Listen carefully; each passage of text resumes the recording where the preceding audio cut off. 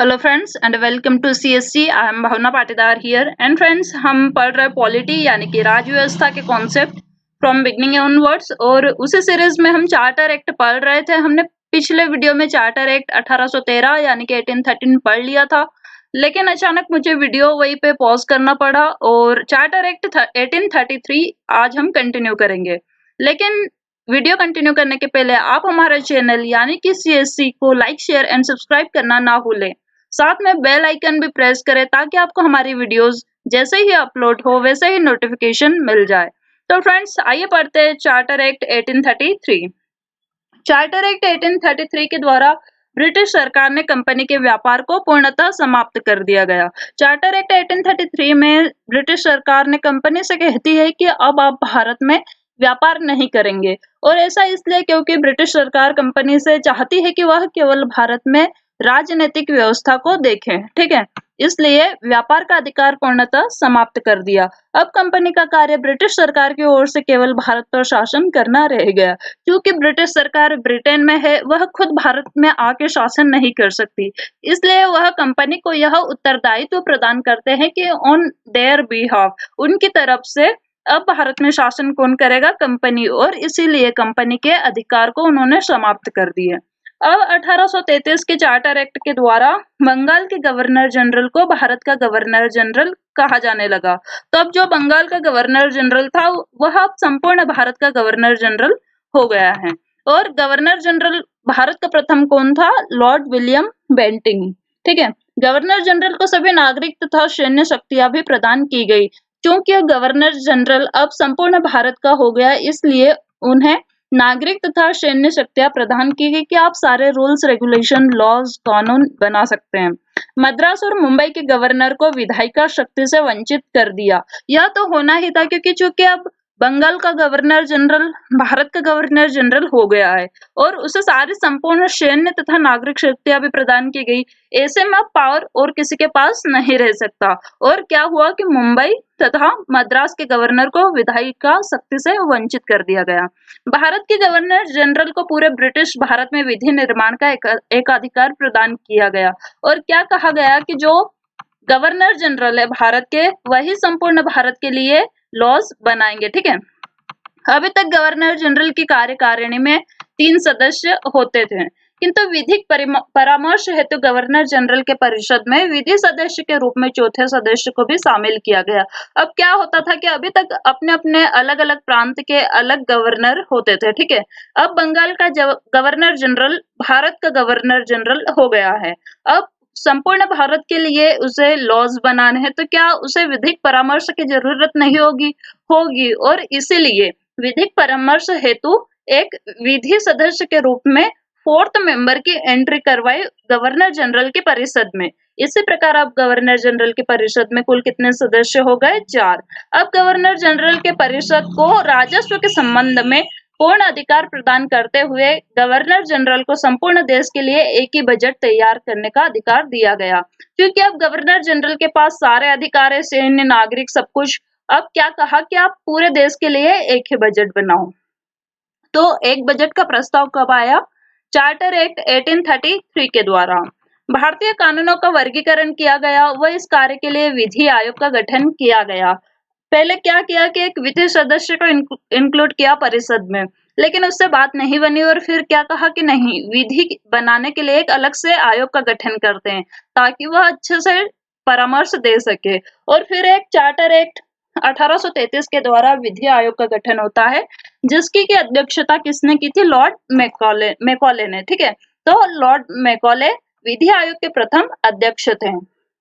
Civil सेवकों के चयन के लिए खुली प्रतियोगिता का आयोजन शुरू करने का प्रयास किया गया। अब 1833 के चार्टर एक्ट के द्वारा ब्रिटिश शासन कहता है कि ठीक है, हम जो सिविल सेवक होते हैं उनकी भर्ती के लिए खुली प्रतियोगिता, ओपन कंपटीशन आयोजित करवाएंगे। लेकिन यह सिर्फ एक प्रस्ताव था, एक प्रयास था, एक विचार था। इसे मूर्त रूप नहीं दिया गया। ठीक है, अभी ऐसा किया कुछ नहीं गया।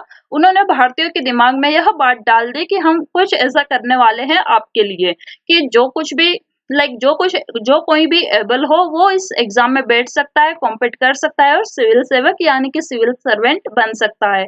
और यह बात कब की है? चार्टर एक्ट 1833 की।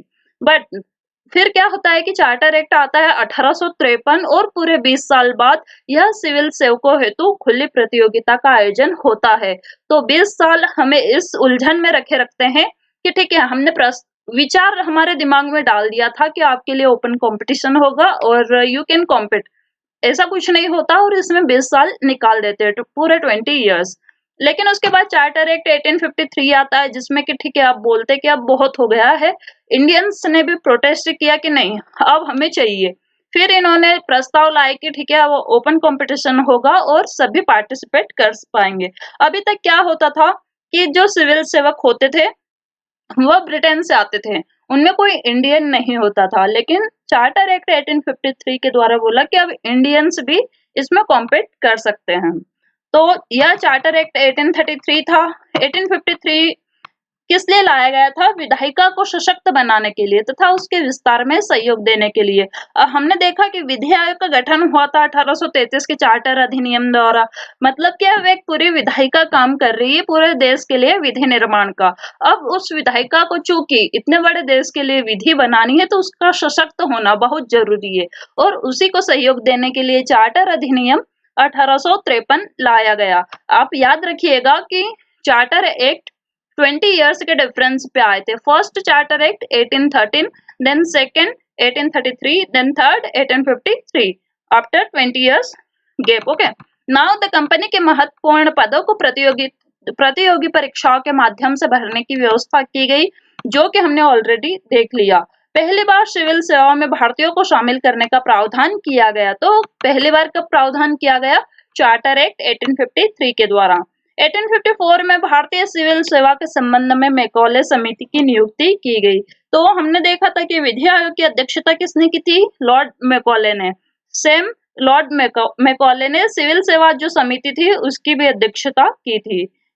ठीक है, 1854 में। ओके, पहली बार गवर्नर जनरल के परिषद के विधायी एवं प्रशासनिक कार्यों को अलग अलग कर दिया।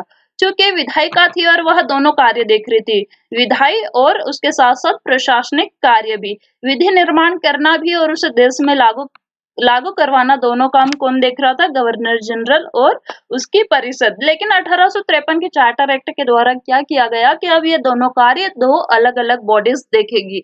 लेकिन इसमें यह एक बात आप ध्यान रखें कि गवर्नर जनरल और उसकी परिषद वही होते थे, कुछ मेंबर्स का डिफरेंस था।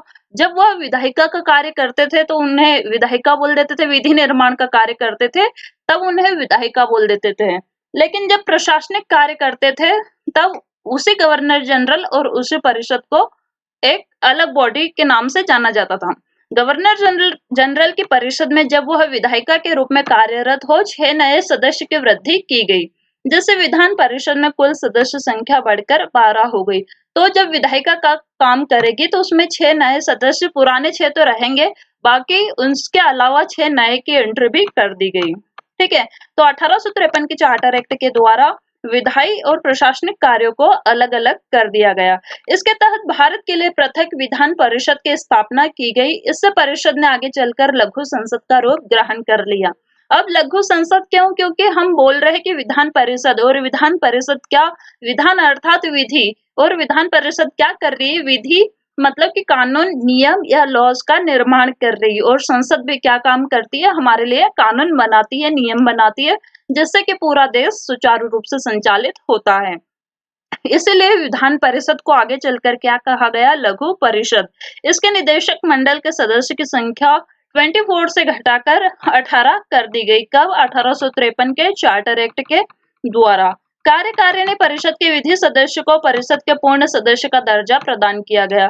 अब हमने देखा था कि विधि सदस्य को एंट्री दी गई थी गवर्नर जनरल की परिषद में, लेकिन इस 1853 की चार्टर एक्ट के द्वारा क्या किया गया कि पूर्ण सदस्य का दर्जा दे दिया गया कि लाइक ये सदस्य परमानेंट है। ओके, विधि ऐसा नहीं कि जब जरूरत पड़ी तो उस सदस्य को बुला लिया, जब नहीं जरूरत है तो आउट कर दिया। नहीं, अब पूर्ण सदस्य का दर्जा प्रदान किया गया विधि सदस्य को। कब? चार्टर एक्ट 1833 के द्वारा।